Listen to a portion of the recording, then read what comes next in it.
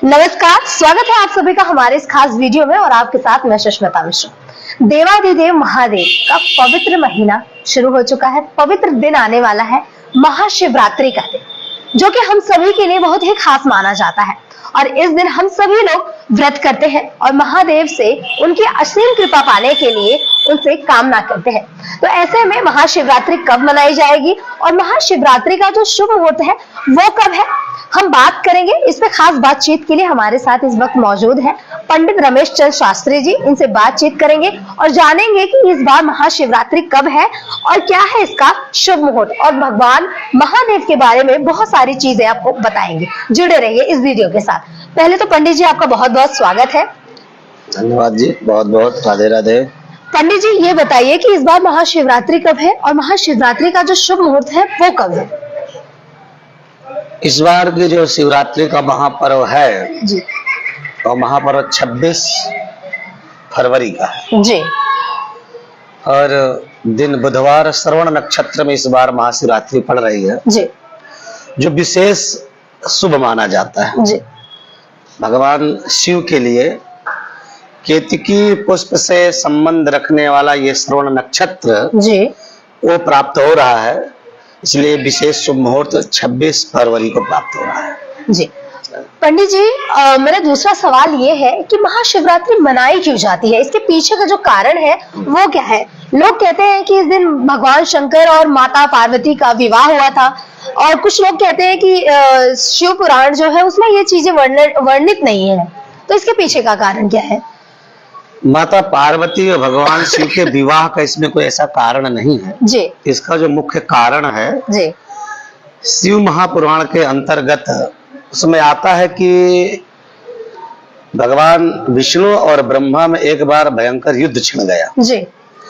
और जब युद्ध बहुत विशेष परिस्थिति में पहुंच गया जी। कि कोई भी पक्ष झुकने को तैयार नहीं है, जी।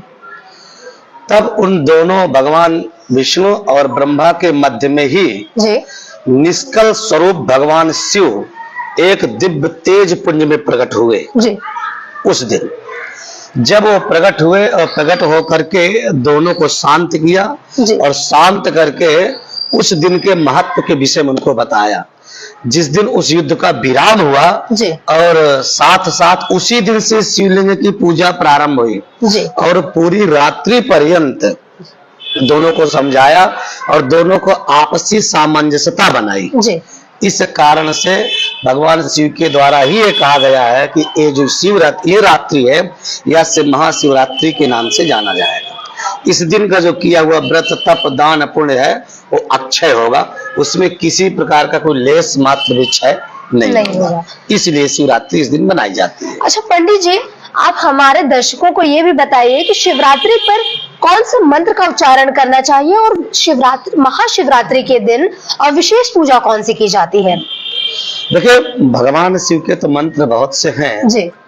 प्रायः संस्कृत शब्दों में बहुत त्रुटियां आ जाती हैं, जी। इसलिए विशेष मंत्रों में न जा करके निज कल्याणार्थ सिर्फ और सिर्फ पंचाक्षर मंत्र का ही जप करें।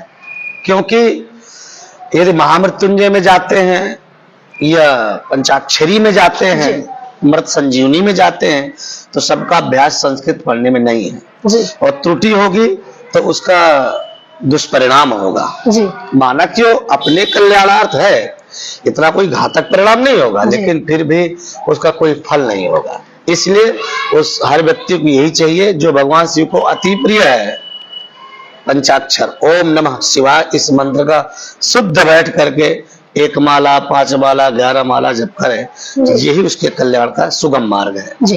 पंडित जी ये बताइए कि कहते हैं कि ओम नमः शिवाय जो ये पंचाक्षर मंत्र है महादेव का, ये बिना मंत्र के नहीं उच्चारण करना चाहिए, क्या ये सही है या गलत है? देखो, हर एक देवता का एक बीज मंत्र होता है जी।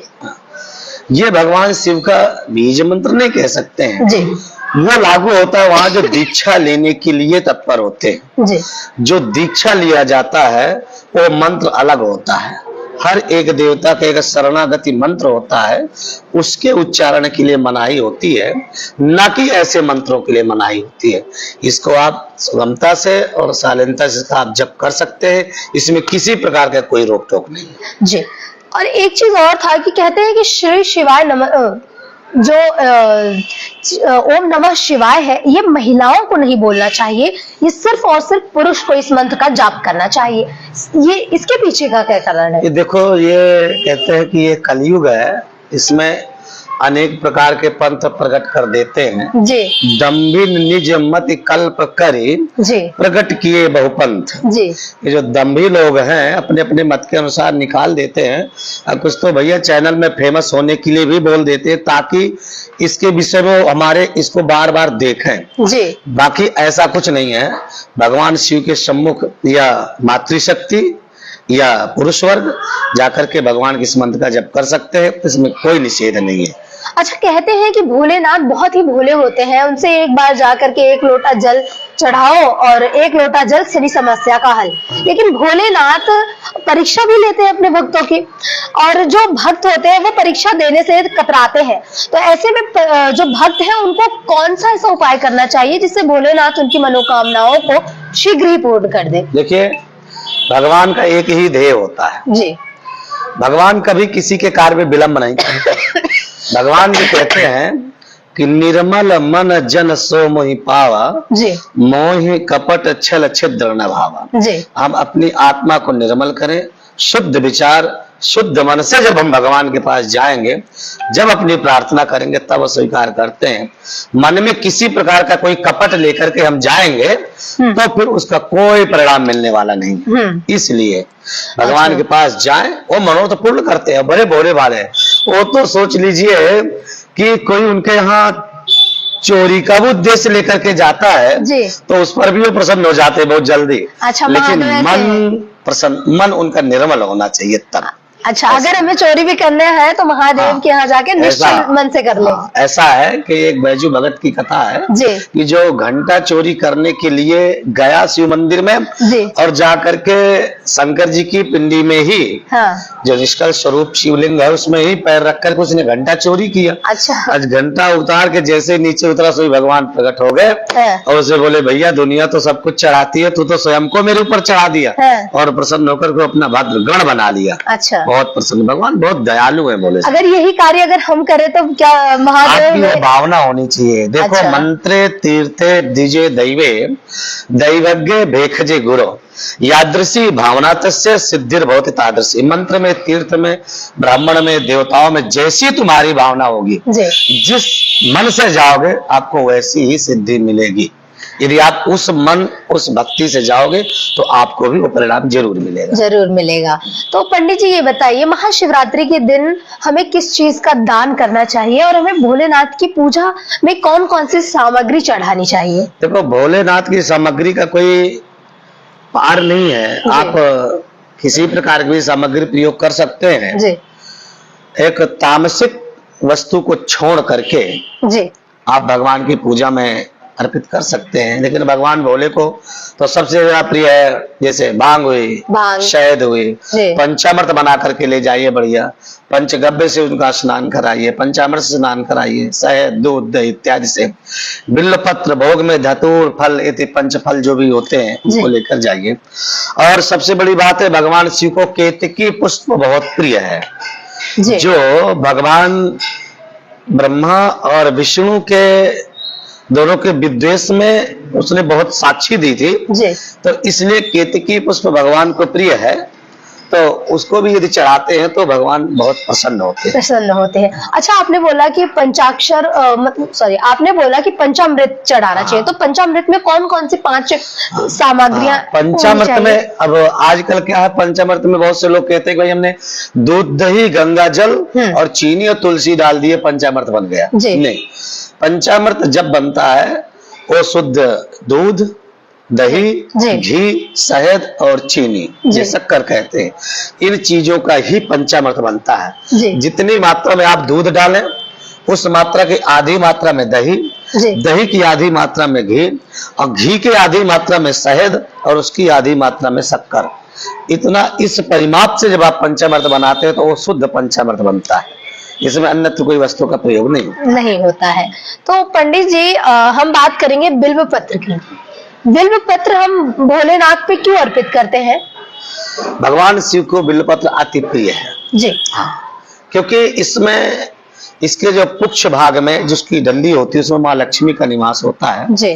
कोई इससे वज्र कहते हैं, वज्र का निवास होता है, उसको तोड़ करके चढ़ाने से भगवान अति प्रसन्न होते हैं। जो बिल्व पत्र की जो डंडी जहाँ से ज्वाइंट होता है, लगा होता है टहनी में, उसको तोड़कर अलग कर देना चाहिए।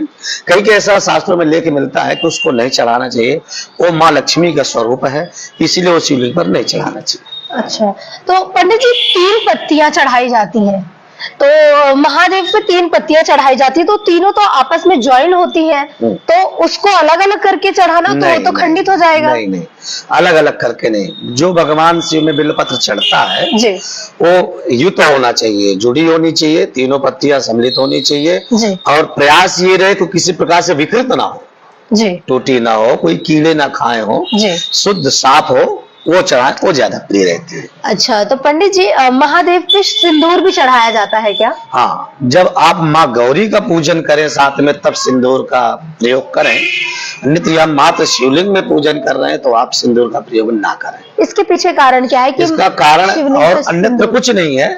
बहुत से लोग कहते हैं कि भाई भगवान का ये गुप्तांग स्वरूप बताते हैं, वो मति भ्रम में पड़े हुए हैं जी। ये भगवान का तेज है, तेज रूप है जी। और ये निष्कल स्वरूप, इसका नाम शिव महापुराण में आता है जी। तो ये अग्निस्तंभ के रूप में प्रकट हुए थे जी। अब वो अग्निस्तंभ का रूप ही शिवलिंग के रूप में हम सबको प्राप्त है। हाँ, और इसमें ऐसा कोई कारण नहीं।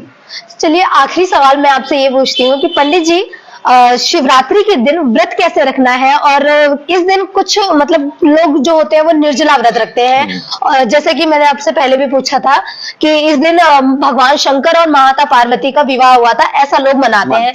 तो शाम के समय वो लोग माता पार्वती और भगवान शंकर जी का विवाह करवा के फिर ही अन्न जल ग्रहण करते हैं। तो क्या ऐसा भी है कि हम निर्जला रखते हैं तो ज्यादा हमें फल मिलता है, या फिर अगर हम जैसे कुछ खा लेते हैं दिन में तो उसका अलग फल मिलता है? ऐसा कुछ नहीं है इस व्रत में, ऐसा कुछ नहीं कि आप निर्जला रहें। ये तो आपके मनोदशा के ऊपर निर्भर करता है जी।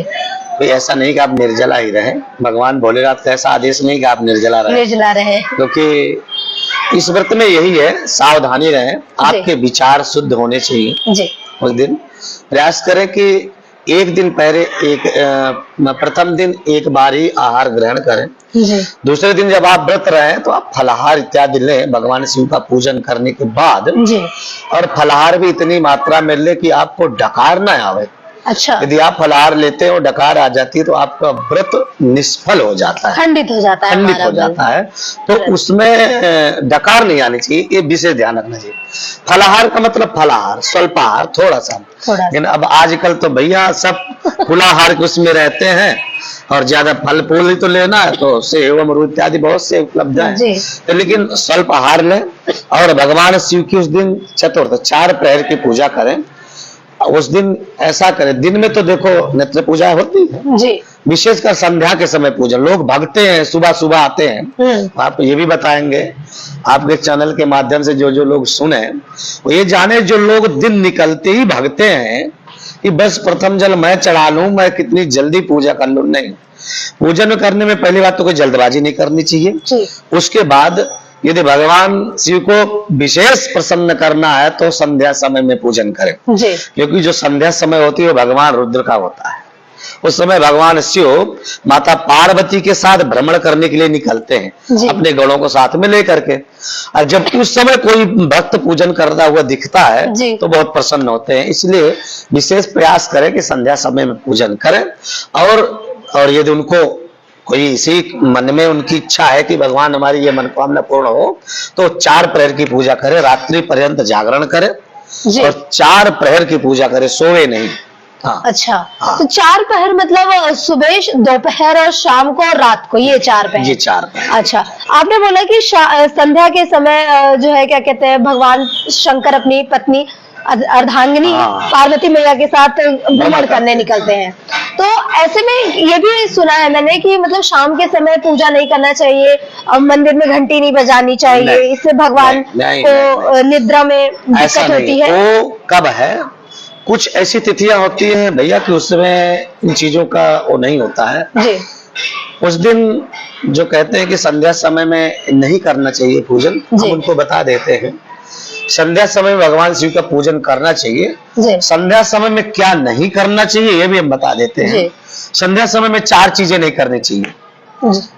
कौन कौन सी चीजें? संध्या समय में 4 चीजों का वर्जित हमारे शास्त्रों में किया गया है। जी संध्या समय में प्रथम तो हमें सोना नहीं चाहिए।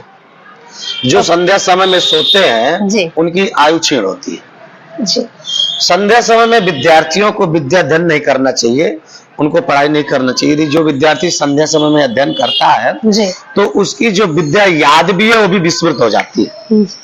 संध्या समय में भोजन नहीं करना चाहिए। बालक और वृद्ध को छोड़ करके यदि वो भोजन करता है तो वो रोग उसको ग्रसित कर लेता है जी संध्या समय। और चौथी बात यह है कि संध्या समय में गर्भाधान नहीं करना चाहिए। जो व्यक्ति संध्या के समय में गर्भाधान करते हैं, सहवास करते हैं, उससे उत्पन्न संतान राक्षस प्रवृत्ति की होती है। जी तो इसलिए संध्या समय में ये 4 कार्य नहीं करने चाहिए। अन्यत्र भगवान शिव की पूजा संध्या समय में विशेष ही मानी गई है। जी। उस समय सोने का नहीं होता है, जी। भगवान शिव को प्रसन्न करने का होता है। जी फिलहाल के लिए इस वीडियो में इतना है। अब मुझे और पंडित जी को दीजिए इजाजत। नमस्कार। हर हर महादेव। हर हर महादेव।